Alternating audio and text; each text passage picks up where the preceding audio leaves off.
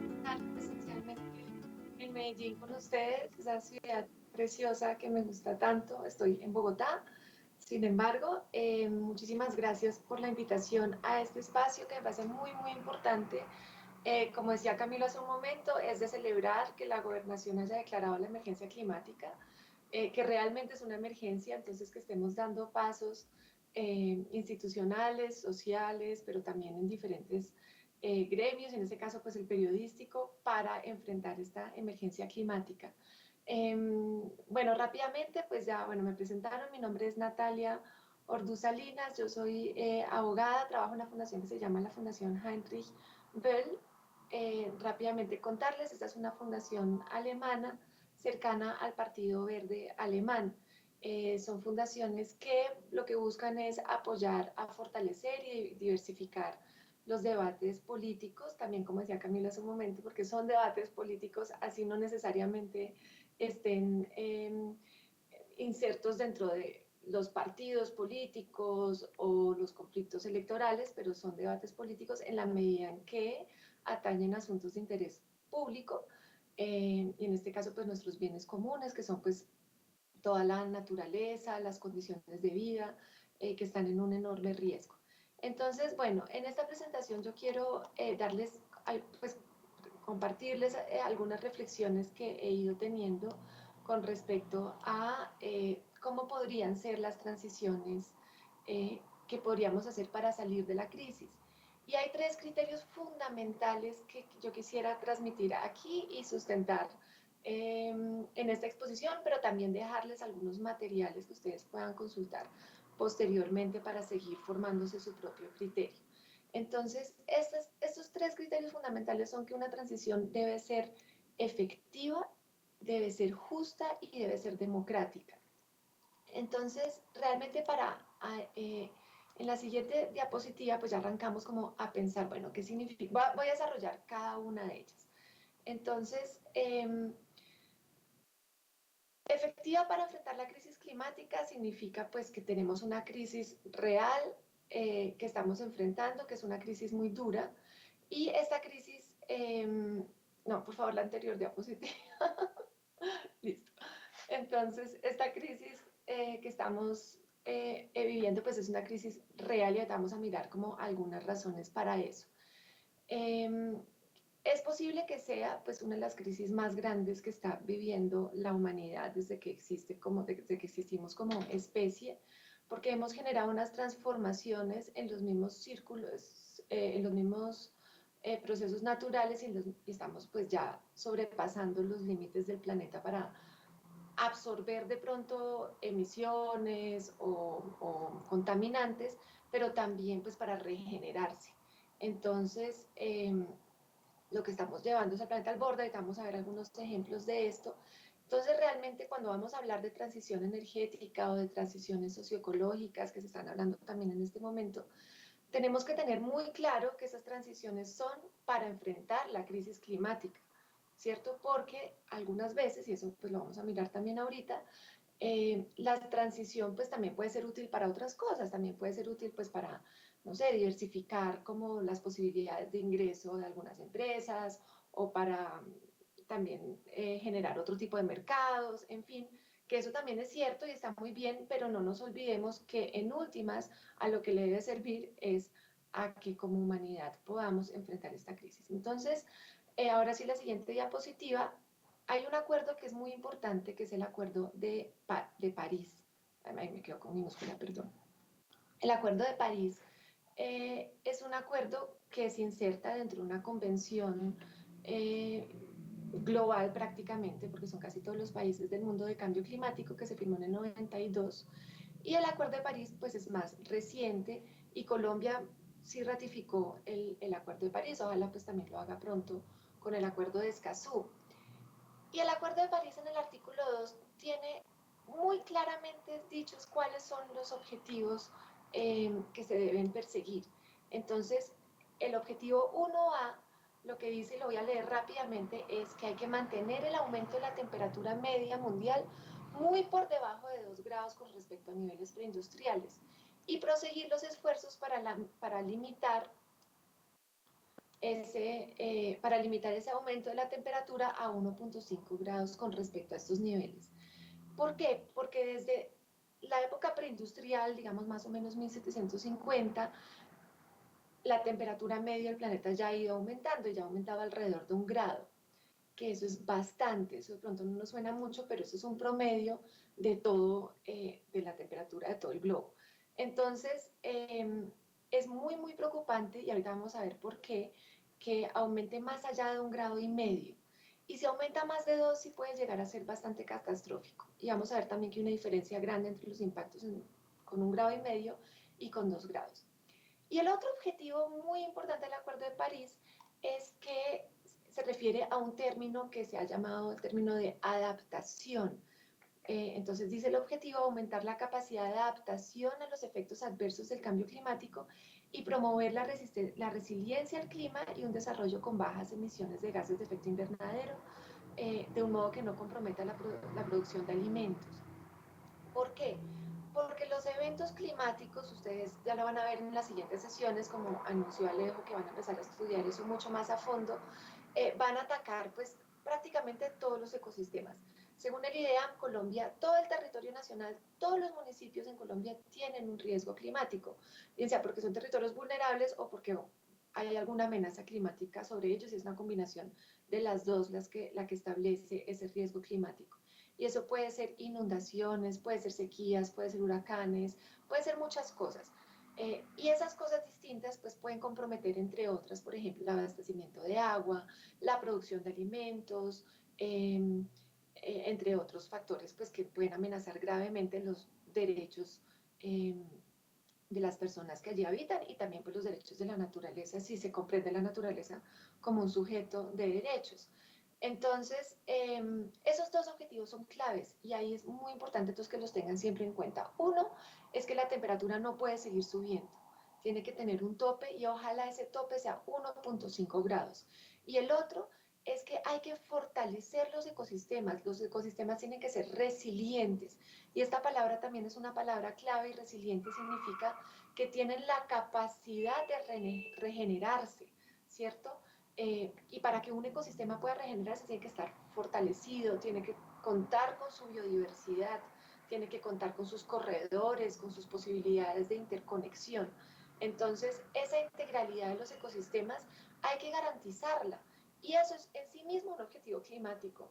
Entonces, cuando se protege, por ejemplo, un territorio, se protegen las fuentes de agua, se protege la integralidad del ecosistema, no solamente es porque, ay, tan lindos esos pajaritos, o porque es que ese árbol es precioso, sino porque realmente esto es necesario, pues además porque es muy lindo, ¿no? Es necesario porque estamos frente a una crisis, ¿cierto? Y justamente esa integralidad donde todos esos hilos ecosistémicos puedan seguir tejidos es que realmente podemos tener más posibilidades de adaptarnos a los eventos climáticos que ya son inevitables.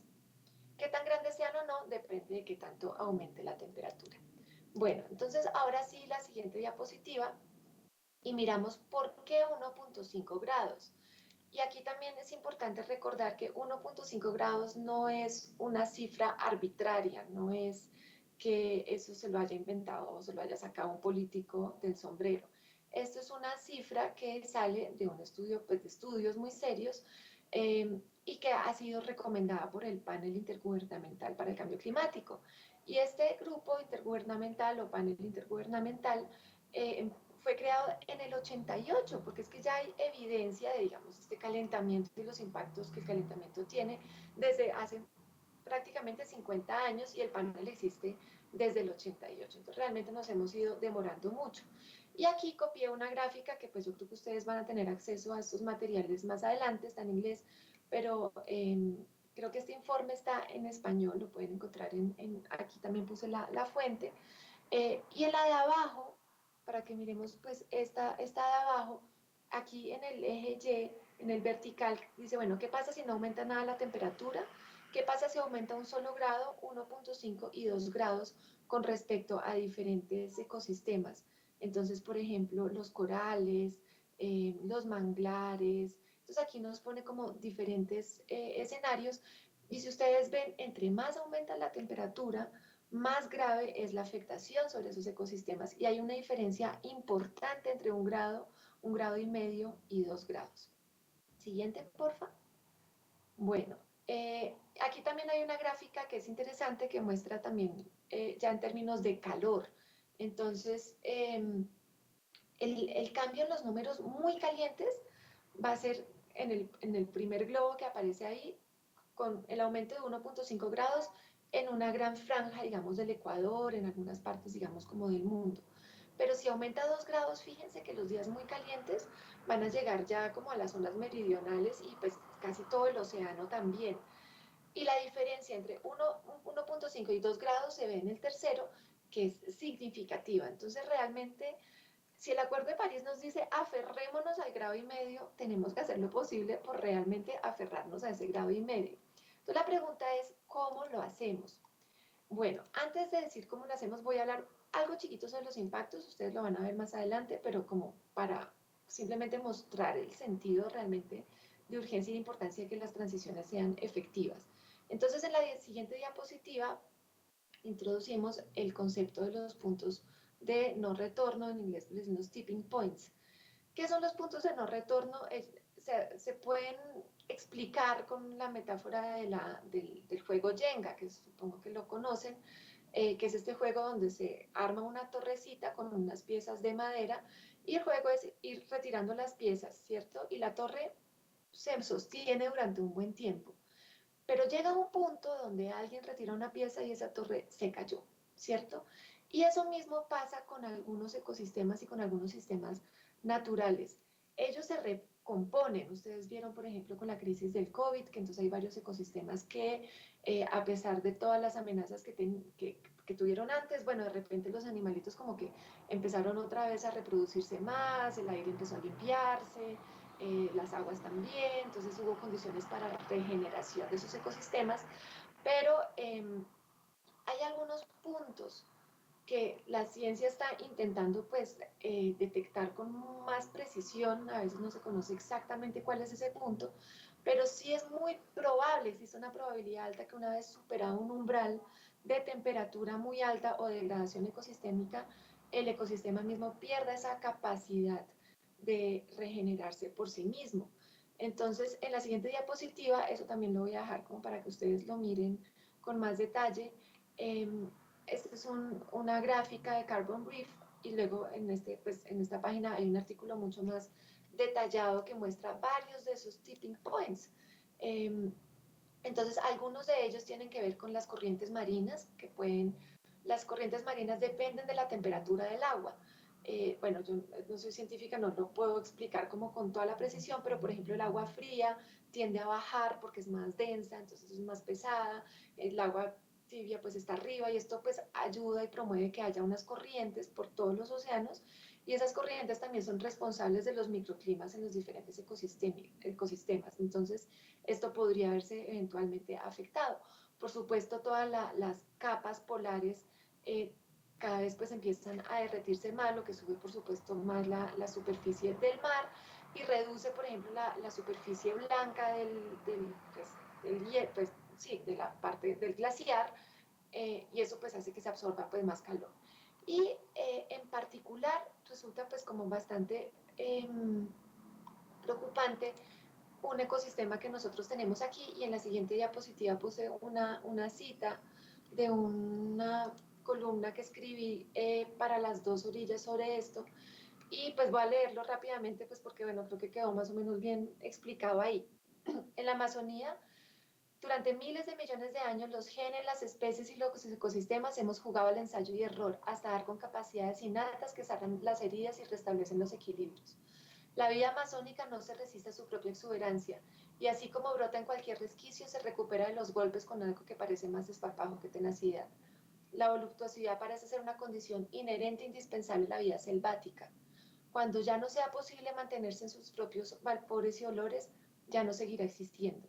Sin suficientes árboles responsables de esta suculenta área, madre de su propia lluvia, el organismo amazónico comienza a agonizar y entra en una espiral de erosión. Menos vegetación produce menos lluvia produce menos vegetación. La amenaza externa es multifacética.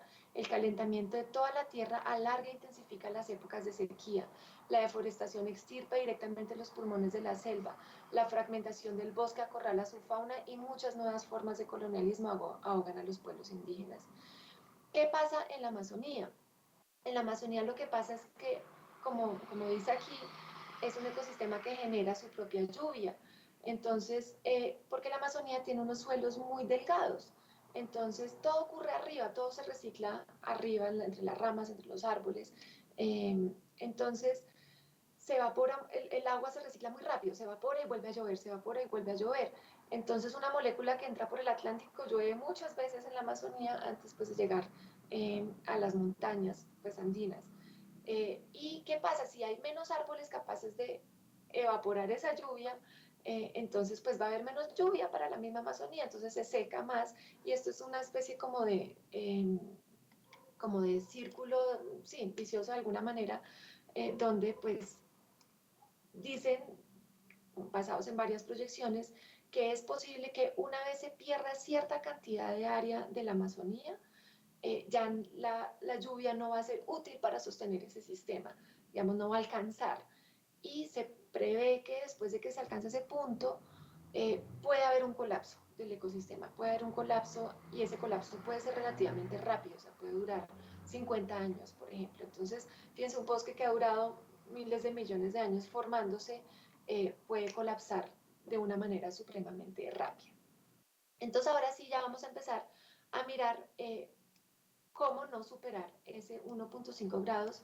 Y para eso hay muchas respuestas, pero quiero aquí como ofrecerles una mirada un poco más crítica frente a lo que muchas veces ha sostenido el gobierno nacional o incluso sostienen pues varios organismos multilaterales. Aunque esta mirada crítica cada vez ha sido más acogida por distintas entidades también y lo vamos a ver ahorita. Entonces, en la siguiente diapositiva mostramos como otra fuente que es interesante, que es muy reciente, desde hace creo que un mes más o menos, incluso menos, que es un reporte de la Agencia Internacional de Energía. Y aquí claramente se establece que el sector energético es responsable en gran medida de la crisis climática que estamos viviendo. Y por eso es tan importante hablar de transición energética, pero no transición energética sola, sino transición energética efectiva, ¿no? Entonces, otra vez subrayo, enfatizo este término de efectiva. En este informe dice, el sector energético es la fuente de 3/4 partes de las emisiones de gas y tiene la clave para evitar los peores efectos de la crisis climática, quizás el reto más grande que la humanidad haya enfrentado. Entonces, el sector energético, sobre todo el sector energético basado en los combustibles fósiles, es responsable en gran medida o mayoritariamente de la crisis que estamos viviendo. Entonces, incluso esta Agencia Internacional de Energía, a la que hacen parte muchos países, recomienda que ya no se aprueben nuevas minas de carbón ni nuevos campos de gas, ¿cierto? Porque claramente el carbón y el gas son pues, los que están emitiendo a mayor velocidad estos gases de efecto invernadero que son los que están calentando el planeta. Hay otras causas, claro, de gases de efecto invernadero como la deforestación, por ejemplo. Y en Colombia esa causa es muy, muy importante. Pero aquí se nos tiende muchas veces a confundir y a decir que Colombia emite muy poco, digamos, gases de efecto invernadero y los que emite son solo por deforestación. Pero aquí en Colombia somos fuente de carbón y el gobierno nacional pretende que lo sigamos siendo. Y también somos fuente de gas y se pretende seguir sacando por técnicas cada vez más agresivas como el fracking. Entonces, si bien de pronto el carbón y el gas no se quema aquí, sino se quema en otros países, el planeta es uno, ¿cierto? Y la casa común es una. Entonces, si todos los países no se ponen las pilas realmente y hacen todos los esfuerzos necesarios para enfrentar esta crisis climática, simplemente es muy improbable que podamos lograr esta meta del 1.5 grados que les hablaba hace un momento. En la siguiente diapositiva hay también un estudio que es muy interesante que muestra ya con más precisión la responsabilidad de las compañías y habla como de un grupo pequeño de compañías realmente responsable de la crisis que estamos viviendo y eso es algo supremamente injusto, ¿no? Como un grupo que se puede contar, que puede llegar a ser 100 compañías, son responsables de un porcentaje grande. Y aquí quiero como llamar la atención sobre esta cita que, pues, que traduje del documento, y según la cual los combustibles fósiles son la mayor fuente de emisiones antropogénicas en el mundo. La industria de combustibles fósiles y sus productos representaron el 91% de las emisiones industriales en 2015 y el 70% de las emisiones antropogénicas. Entonces, porque antropogénicas son más que las industriales, o sea, causadas pues por la humanidad. Pero ojo a este dato es importantísimo. Si esta tendencia continúa durante los próximos 28 años, igual que en los últimos 28, la temperatura media global del planeta aumentará 4 grados, 4. O sea, se pueden imaginar eso si ya vimos la diferencia enorme que hay entre 1.5 y 2. Ahora imagínense que aumente 4 grados, ¿no? Entonces, esto quiere decir que si las compañías y los estados que están empeñados en seguir extrayendo al mismo ritmo que lo han hecho en los últimos 28 años, en 28 años este planeta es invivible, es absolutamente invivible. Y esto es bien importante subrayarlo porque es muy probable que la producción en los próximos 28 años sea más rápida de lo que fue en los pasados 28 años, pues porque el consumo de energía aumenta, ¿no? Y así ha seguido aumentando pues la extracción de combustibles fósiles a pesar de que se sumen las renovables. Y eso nos lleva como también a pensarnos, pues bueno, lo vamos a mirar ahorita, pero entonces el mensaje que dejo en la siguiente diapositiva, claro, es que no hay transición efectiva sin dejar atrás los combustibles fósiles. Eso no es posible, o sea, eso simplemente no hay manera de hacerlo. Y aquí entonces quizás me podrían preguntar, y en la siguiente diapositiva pongo como algunas ideas para la discusión. Eh, Pueden avanzar la diapositiva, por favor. Y la siguiente. Y es un término que está muy de moda y que se ha usado mucho, que se llama la carbono neutralidad. ¿Qué es la carbono neutralidad? Es, para explicarlo como una manera muy fácil, aquí es una idea como de peco, rezo y empato. Entonces, sigo emitiendo, pero busco maneras de que el planeta pueda absorber, o tecnologías, o los bosques, o las selvas puedan absorber esas emisiones, y hago un cálculo, peco, rezo y empato. Entonces, se piensa que entonces, bueno, si yo contamino en Corea, pero protejo un bosque en Colombia, entonces, pues de alguna manera logro un equilibrio. Eso se ha venido intentando hace rato, pero en la práctica esto no ha sido efectivo. Y no ha sido efectivo, como vamos a ver, porque pues, las emisiones han seguido subiendo, a pesar del Acuerdo de París, a pesar de que estos mecanismos de bonos ya se han venido practicando desde hace unos 10 años. Entonces, en la práctica eso no ha servido para nada. Pero además de eso hay otras razones para el escepticismo, y es que la naturaleza tiene unas capacidades también limitadas de absorber los gases, o sea, tampoco se le puede pedir como a todo el océano como sumidero que siga absorbiendo y absorbiendo más y más gases eh, que se están produciendo en varias partes. Entonces, como les decía, no es clara la efectividad de esas tecnologías, de hecho no se ha probado esa efectividad de las tecnologías, y muchas veces esas tecnologías pueden generar daños adicionales sobre los territorios que a su vez, otra vez vamos al otro objetivo del Acuerdo de París, pueden comprometer la capacidad de adaptación de esos mismos territorios. Eh, entonces, en realidad, esta lógica de peco, rezo y empato, pues lo que hace es que, bueno, no, pues entonces yo sigo pecando porque pues como simplemente pues compro indulgencias y listo, pero claramente el ímpetu con el que los gobiernos y las compañías pecan no es el mismo ímpetu con el que rezan, ¿no? Obviamente pecan con mucho más entusiasmo. Entonces, esta cuestión como de que compenso es bastante problemática y es bastante cuestionable. Entonces, pues ustedes como periodistas les quiero dejar como esa inquietud para que siempre sean como muy críticos, siempre pregunten mucho sobre estos aspectos. Y además porque pues los que más están produciendo estudios de estas tecnologías son las mismas empresas de combustibles fósiles, y pues esto es complicado también, pues porque lo hacen también con sus propios intereses de continuar con su industria. Bueno, ¿cómo está la cosa frente a la efectividad de la transición en Colombia? En Colombia, sí, hay como una promoción de energías renovables, eso es verdad, y eso se está fortaleciendo mucho. Hay documento del gobierno que muestro en la siguiente diapositiva, que muestra como el legado que este gobierno le dejaría al país en términos de transición energética.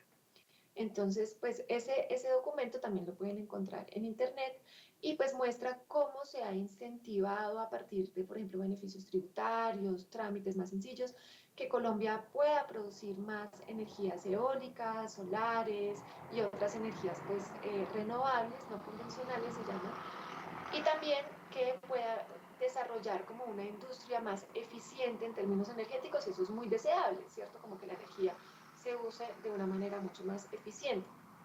¿Cuál es el problema y cuál es la crítica que pues hacemos desde varios sectores o varios ciudadanos u organizaciones? La crítica es que la política del gobierno colombiano lo que está haciendo es sumar nuevas formas de extracción de energía a partir de estas renovables, pero no para reemplazar los fósiles. Entonces lo que está haciendo es como aumentando como esta canasta energética, pero no es una transición que apunte a reemplazar en el corto plazo los combustibles fósiles. Entonces realmente lo que Colombia está viendo es como una oportunidad también pues interesante de inversión eh, para pues, generar energía como, a partir como de estas posibilidades, pero siguen sin cambiar pues como las intenciones de extraer a partir de fracking, yacimientos no convencionales, incluso carbón.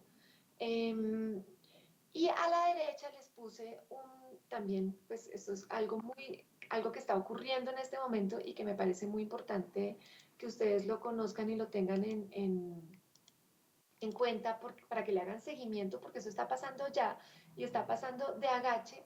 Y es un proyecto de ley del gobierno, no del gobierno, es un proyecto del Congreso, pero viene con mensaje de urgencia del gobierno nacional. Y es un proyecto pues que se titula de una forma que obviamente suena muy interesante porque habla de la transición energética y la recuperación económica. Entonces, pues, ¿quién estaría en contra de eso? Pues en realidad nadie. Pero si uno ya empieza a mirar la letra menuda del articulado y en la exposición de motivos, es problemático. Y es problemático, entre otras cosas, ¿por qué? Uno, porque en ninguna parte, como les decía, le apunta a enfrentar la crisis climática. Entonces, otra vez estamos hablando de transición energética que no es efectiva porque no está apuntando al problema que pretende resolver. Entonces, no hay una conexión directa entre lo que establece el proyecto de ley y la superación de esta crisis. Lo que se hace en este proyecto es incluir nuevas formas de producción de energía y dotarlas de un montón de prerrogativas para que se puedan realizar de manera ágil, rápida y sin mucha oposición en el país. Voy a explicar solamente una aquí que es problemática. Entonces, en la siguiente diapositiva estoy mostrando, así también lo voy a dejar pues para que ustedes lo estudien después, pero ahora se habla mucho del hidrógeno. Y el hidrógeno, pues sí es una fuente de energía muy interesante porque pues puede almacenar energía y se puede transportar y bueno, tiene una serie de beneficios. Ahora, el problema del hidrógeno es, bueno, cómo se produce, a partir de qué materia prima y cuál es el proceso de producción del hidrógeno. Y a partir de esos procesos se habla de si es hidrógeno verde o si es hidrógeno azul o si es hidrógeno fucsia o gris. Entonces hay diferentes, amarillo también hay diferentes tipos. Y este tema es importante, se va a poner de moda cada vez más, digamos, ya va muy rápido, este año ha empezado el tema del hidrógeno a toda y está dentro de este proyecto de ley. Aquí me voy a enfocar en el hidrógeno azul. ¿Por qué el hidrógeno azul? Porque el hidrógeno azul se produce a partir del gas metano. El gas metano se saca, entre otras, mediante la explotación de yacimientos no convencionales o fracking. ¿Y qué es lo que se hace? El gas metano es CH4, entonces el H4 de ahí eso hay que convertirlo en H2, que es hidrógeno. Entonces eso se hace, bueno, con una serie como de procesos químicos, entonces tenemos H2 por un lado y nos queda CH2 por otro lado. Entonces, ¿eso qué significa? Nos queda hidrógeno y nos queda dióxido de carbono. Nos quedan esos dos productos. El hidrógeno es como esta fuente de energía que dicen que es muy renovable, pero el CH2 no es renovable, el CH2 es un gas de efecto invernadero. Entonces, ¿qué se hace con ese CH2? Se reutiliza de alguna manera o se almacena bajo tierra. Entonces, esto es problemático, esto es difícil. ¿Por qué? Porque para tener CH4 hay que hacer fracking o hay que sacar yacimientos no convencionales. Entonces, cuando nos dicen que ya se nos va a acabar el gas en Colombia para calentar el tinto, uno dice, pero ¿por qué ahora lo van a sacar para esto? ¿No? Eso es una pregunta.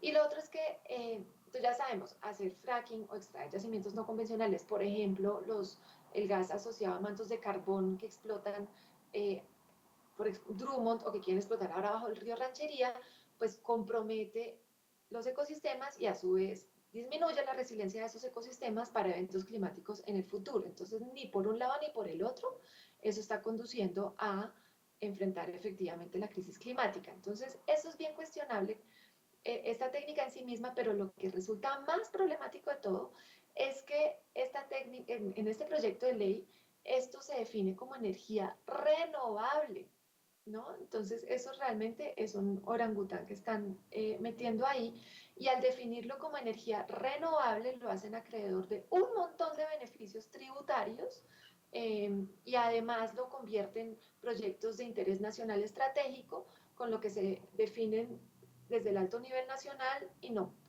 y simplemente no tienen que enfrentarse a ningún diálogo a nivel departamental o municipal o comunitario, ni absolutamente nada, porque se presume que son de interés general. Entonces, en la siguiente diapositiva, pues rápidamente recordar que Colombia, entonces, a pesar de que tiene esta política de intensificar como la posibilidad de que se exploten, pues de que se extraigan solares y eólicas y otras energías, va muy firme con el fracking. Entonces ya firmó hace poquito el otro proyecto piloto, se llama Platero, ya hay otro anterior que se llama Calais, y además pues sigue sacando, y eso lo hace por ejemplo Drummond, este gas asociado a mantos de carbón que se quiere pues seguir desarrollando. Entonces Colombia realmente no tiene ninguna, pero ninguna intención de reducir la producción de combustibles fósiles. ¿Qué tiene esto además de problemático, además de todo lo que acabo de decir? En la siguiente diapositiva muestro cómo quiero ilustrar un concepto de energías extremas. Entonces, este concepto de energías extremas, ¿qué viene siendo? Tiene que ver con otro concepto que es el de la tasa de retorno energético. Pero bueno, el de las energías extremas, ¿qué es? Puse una imagen de la pesca de arrastre. ¿Qué pasa cuando los recursos pesqueros empiezan a agotarse? Entonces los barcos tienen que ir más adentro del mar y tienen que ir más profundo y con técnicas más agresivas para sacar como lo que queda, ¿no? Y poder seguir satisfaciendo el mercado mundial de pescado y también de comida para gatos y bueno, todas estas cosas. Entonces, eh, eso está, entonces, entre otras técnicas, lo que hacen es pesca de arrastre, significa como realmente arrastrar el fondo marino y llevarse casi que todo lo que está en él. Eso en últimas lo que significa es que hay que ir más lejos, hay que brindar más energía, hay que esforzarse mucho más para obtener la misma cantidad de peces. Lo mismo está pasando con la energía. Entonces, antes, digamos, como cuando todavía había mucho petróleo en el mundo, perforar un pozo petrolero era relativamente fácil, ¿no? Se invertía poca energía, se perforaba, digamos, y el petróleo brotaba con alguna sencillez, ¿cierto? Entonces, digamos, como la relación entre la energía invertida y la energía recuperada, pues era muy favorable para la humanidad. Pero esos pozos ya se han ido acabando. Entonces, ahora toca técnicas mucho más agresivas, o sea, toca ir mucho más al fondo, toca romper rocas como en el fracking, toca ir al fondo del mar. Entonces, en las demás imágenes que muestro en esa diapositiva, pongo algunos ejemplos de cómo está pasando eso, o pues de algunas de las técnicas. Entonces, pues una de las técnicas fracking, offshore, arenas bituminosas, que eso es terrible, eso lo hacen en Canadá, se llama tar sands, que eso es casi como una minería a cielo abierto. Entonces, fíjense ustedes que seguir extrayendo combustibles fósiles no solamente es poco efectivo pues, para enfrentar la crisis, sino que además es muy ineficiente en términos energéticos, porque los combustibles fósiles fáciles de extraer ya se agotaron. Entonces, los que todavía quedan son los más difíciles, son los más problemáticos, Entonces, pues y son los que más degradan los territorios. Bueno, vamos a la siguiente diapositiva, y esta me parece muy importante también como para que ustedes lo miren en términos críticos, y estos son como las emisiones globales de gases de efecto invernadero. Y las emisiones han ido subiendo. Fíjense ustedes que eso no ha habido, digamos, es como la curva del COVID, que uno dice, que se aplanó, que no sé qué, que llegó a un pico. Aquí no hay ningún pico, no hay ninguna meseta, no hay nada. Eso simplemente sigue creciendo y creciendo y creciendo, a pesar de todo. O sea, a pesar de la crisis petrolera, a pesar del primer reporte del panel intergubernamental que mostró la catástrofe que iba a pasar, a pesar del protocolo de Kioto y a pesar del Acuerdo de París. Entonces, evidentemente, los mecanismos tradicionales, los enfoques conceptuales, las apuestas políticas mediante las cuales se está enfrentando la crisis están equivocadas porque no están funcionando. Entonces, esto nos invita a pensar de una forma un poco más innovadora y a ser mucho más críticos con lo que se está haciendo. Entonces, en la siguiente diapositiva algunas claves para eso. Entonces, la transición efectiva es que las energías renovables reemplacen y que no se sumen a los fósiles, ¿no? No es hacer un sancocho con más cosas, sino reemplazarlas. Que las energías renovables no destruyan unos ecosistemas ya vulnerables, porque necesitamos esos ecosistemas fuertes.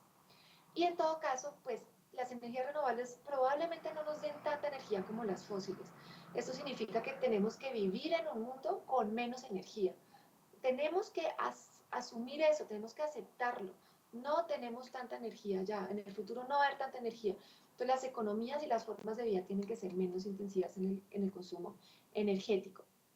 Y en la siguiente diapositiva, otras claves, entonces, para que recuerden, efectiva significa que realmente conduzca a cumplir la meta del Acuerdo de París, ¿cierto?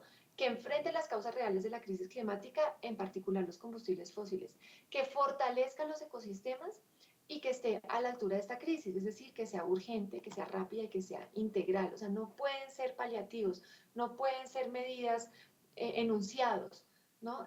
Digamos, en el compromiso climático que el gobierno presentó son puros enunciados, como que siguen las políticas mineras igualita, se introducirá un criterio de cambio climático. Son medidas accesorias que sirven pues para decir que están haciendo algo, pero esto no puede ser algo accesorio, esto tiene que estar realmente en la médula misma de los esfuerzos que se realicen. Bueno, hasta ahí con lo de la transición efectiva, en eso es donde más pensaba demorarme, porque es como el concepto más, pues, que me parecía más importante desarrollar como a profundidad. Y ahora algunas ideas sobre transición justa. Una idea muy sencilla. ¿Cómo, cuando ustedes piensen en justicia ambiental o justicia climática, háganse la siguiente pregunta que puse en la siguiente diapositiva? ¿Cómo se distribuyen las cargas y los beneficios de cualquier tipo de transición o de cualquier tipo de proyecto? Háganse esa pregunta siempre. Entonces ustedes ven que las cargas otra vez recaen sobre los que ya han sido muy vulnerables, por ejemplo, pues claramente es una intervención injusta en términos climáticos y ambientales. Eso es sencillamente así. Y si los beneficios otra vez son para los mismos de siempre y para aumentar esta brecha y esta desigualdad y esta inequidad, pues hay un problema de justicia ambiental o de justicia climática. Entonces, ¿quiénes van a ser las personas o las comunidades que van a ser más afectadas por los eventos climáticos? Probablemente pues los que viven en zonas más vulnerables, entonces las personas más pobres, es muy probable, ¿cierto? ¿A cuál es la transición energética que se está promoviendo en Colombia, que les hablaba del hidrógeno azul y el hidrógeno verde, va a dar incentivos tributarios? ¿A quiénes se los va a dar? ¿A las empresas que ya los tienen? ¿O va a permitir que nuevas empresas más pequeñas o ciudadanas también puedan acceder a ese tipo de beneficios, y eso va a ayudar a cerrar brechas, ¿no? Entonces, fíjense, tanto en términos ambientales como en términos económicos, como en términos culturales, cómo se reparten estas cargas y estos beneficios. Entonces, aquí la propuesta es, soñémonos una transición que cierre esas brechas, y eso es perfectamente posible. O sea, la transición implica mucha innovación y mucho conocimiento. Entonces, ¿por qué no estimulamos que esa innovación, ese conocimiento venga de sectores que han estado subrepresentados en la economía o que han tenido pocas oportunidades? Entonces, es pensarse mucho eso. Y en la siguiente diapositiva muestro un territorio muy particular, que es el territorio de La Guajira, y es que este territorio tiene, mejor dicho, potencial para todas las fuentes de energía habidas y por haber, ¿no? Entonces, ahí ustedes saben, está el Cerrejón, con pues, una mina de carbón que es, mejor dicho, colosal. También tiene potencial petrolero, incluso en el mar, tiene potencial solar, porque pues la radiación es muy alta, y tiene potencial eólico. O sea, en La Guajira hay de todo. Pero ¿quiénes viven en La Guajira? ¿No? En La Guajira vive un pueblo guayú, que es un pueblo indígena, que ustedes han escuchado y han leído y seguramente han reportado o conocen, que sufre de necesidades básicas insatisfechas. Los niños se mueren literalmente de hambre en este territorio y se siguen muriendo de hambre a pesar de que el Cerrejón está hace 30 años ahí. Entonces ahí también nos preguntamos pues nos hacemos las preguntas de cuando hablan, esto es de interés general y esto traerá desarrollo.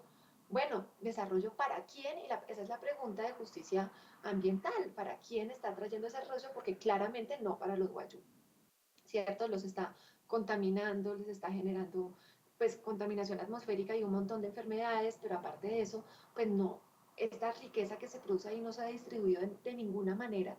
Y eso esa forma de intervenir los territorios es un hábito que ya tiene el gobierno, que ya tiene de alguna manera la industria, y ese hábito viene de atrás, ¿no? ¿Y cómo lo cambiamos? ¿Cómo hacemos para que eso sea distinto?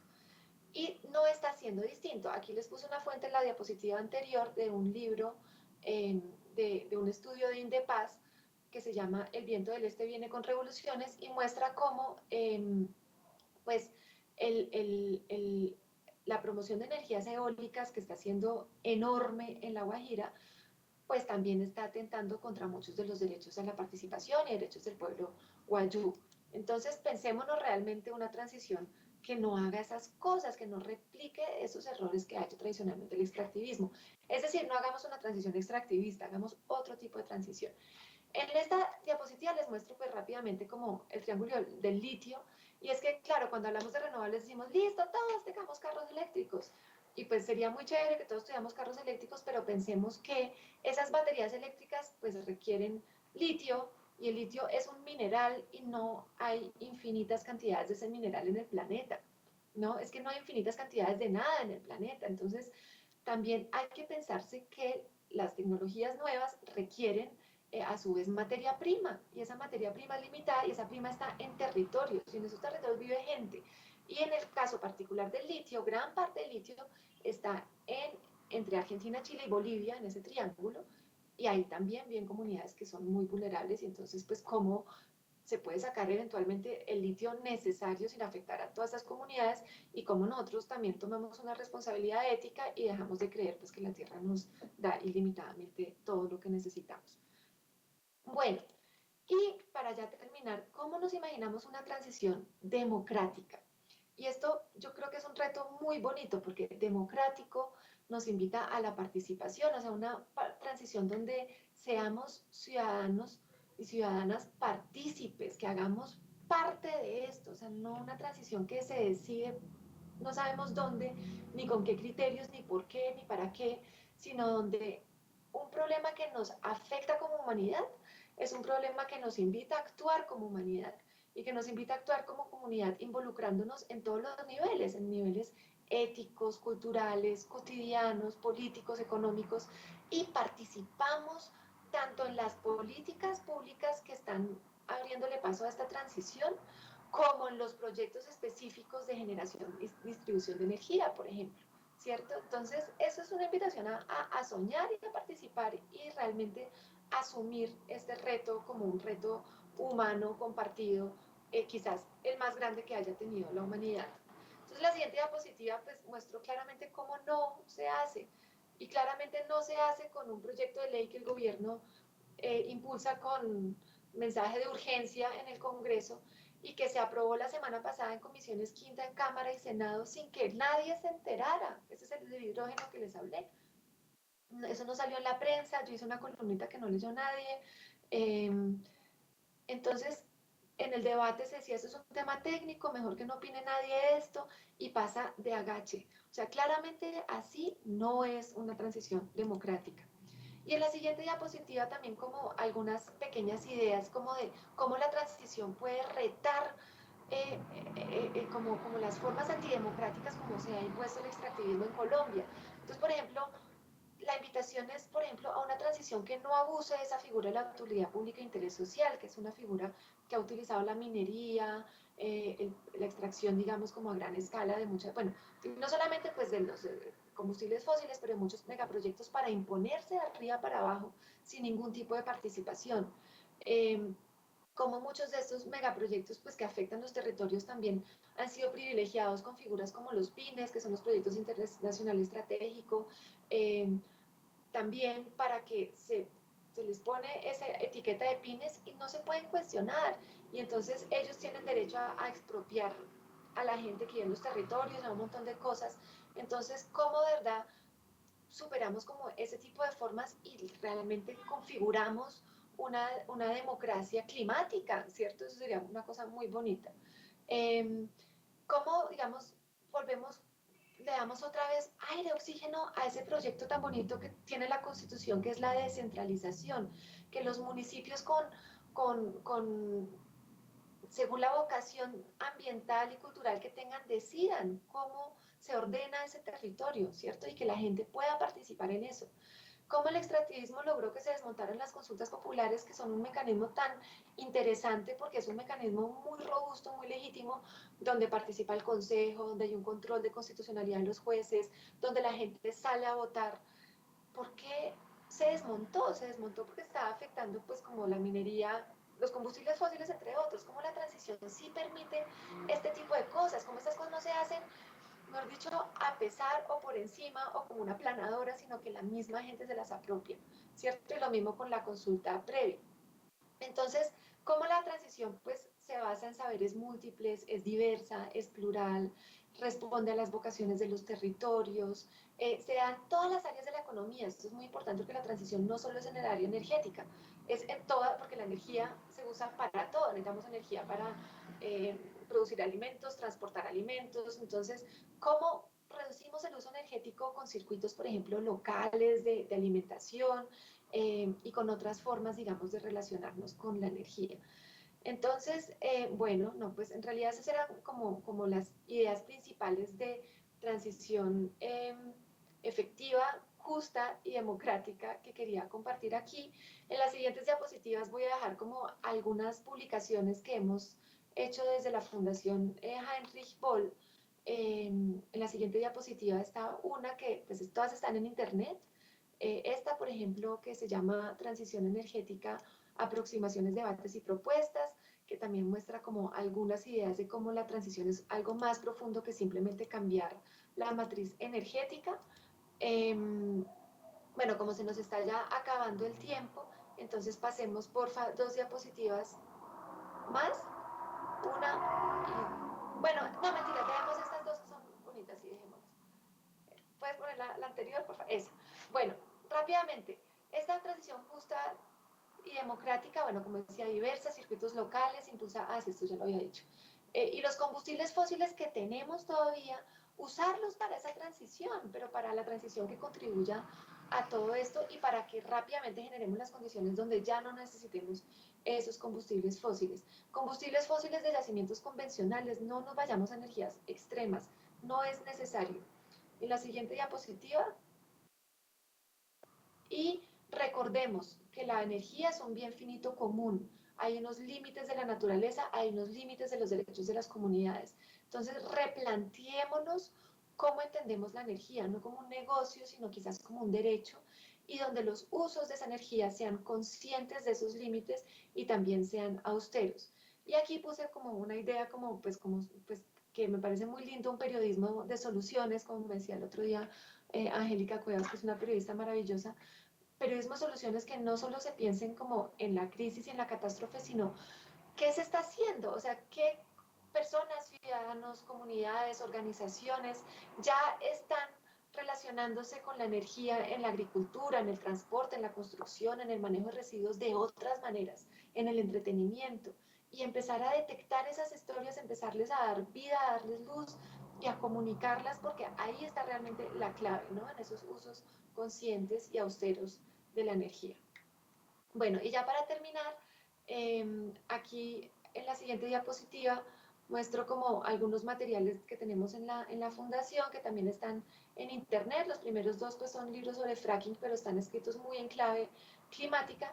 El tercero es un libro que pues a mí me gusta mucho, que es, bueno, Huellas de la Energía, donde hicimos una invitación a pensar desde la imaginación esa relación con la energía, ¿no? Porque pues, nos falta mucha información, nos faltan muchos estudios, pero cómo nosotros bueno, incluso hay algunas crónicas también aquí, pero hay cuentos, hay poemas, y empezamos como a ponerle luz a esas huellas que son invisibles, ¿no?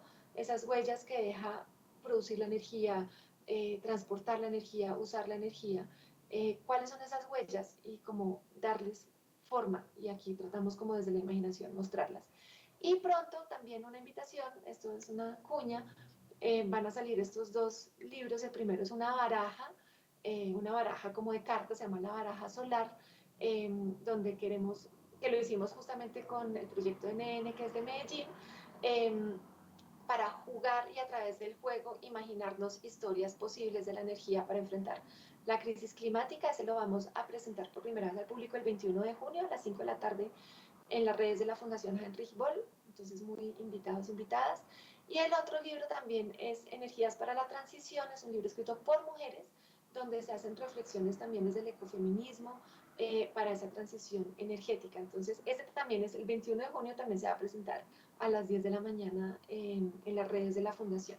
Entonces, bueno, y ya creo que eso es la fotografía en la siguiente diapositiva que les mostré. Es una fotografía muy linda de un gran amigo que se llama Jesús Anderson García, del Caquetá.